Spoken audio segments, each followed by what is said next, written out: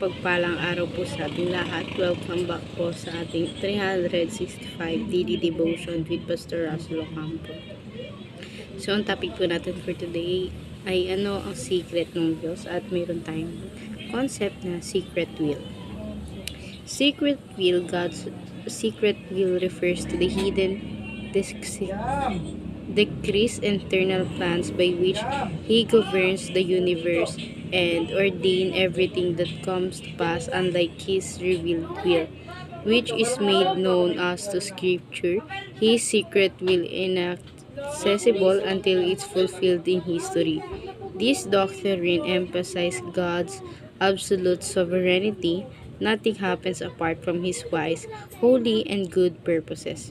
Even if His reason remain hidden to us, while we are not called uncover or predict His secret will, we will rest in the assurance that all things, both good and difficult, unfold according to His perfect plan, for His glory and our ultimate good.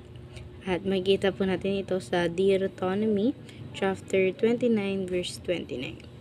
The secret things belong to the Lord our God, but the things revealed belong to us and our children forever, that we may follow all the words of this law.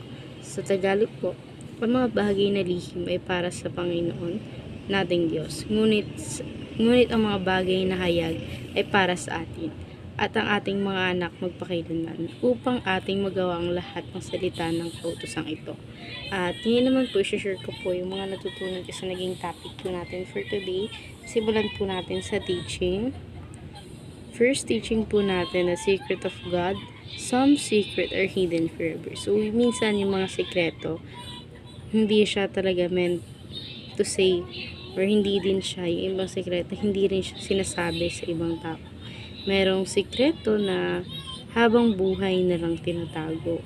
Minsan din kasi yung iba, kinakalimutan na lang kung ano kinukwento sa kanila na sekreto, upang sa ganun, siguro hindi na rin masabi sa iba. So, ay hindi nyo nagiging reason kung bakit nagiging hidden siya forever.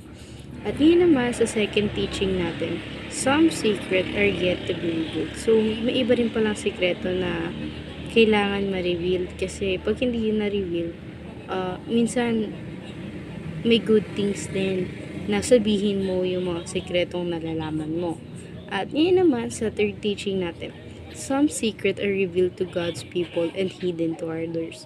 So, yung sekreto pala ng Panginoon, sinasabi niya pala sa kanyang mga anak at tinatago niya sa ibang mga tao na hindi nananampalataya sa kanya.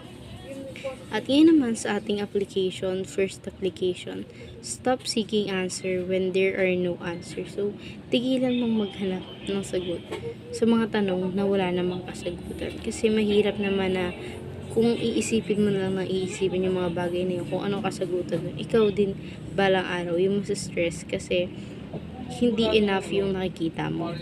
At yun naman sa second application natin, submit your future to God with full trust. So, ibigay natin at isurrender natin lahat kay God yung gusto nating mangyari sa future natin, na may kasamang pagtitiwala, dahil kaya naman lahat lampasan ng Diyos ang kahilingan ng future natin.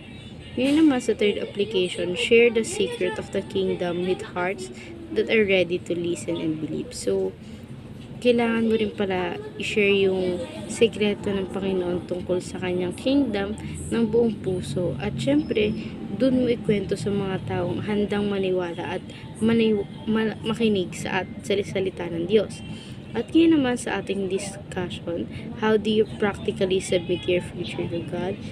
Sa akin, I practically pray to God sa mga future na gusto ko, yung mga future plans na gusto ko para sa sarili ko, at syempre sa mga taong nakapaligid sa akin. Kasi alam ko, si God, lahat kaya niyang gawin, lahat hindi imposible sa Diyos, na kaya niyang gawin lahat ng gusto mong mangyari sa buhay mo. So, kailangan mo lang siyang pagtiwalaan, and syempre pag nagtiwala ka sa Diyos, lahat ng bagay ay magkakatotoo. So, ayun lamang po for our today's discussion. Thank you for watching.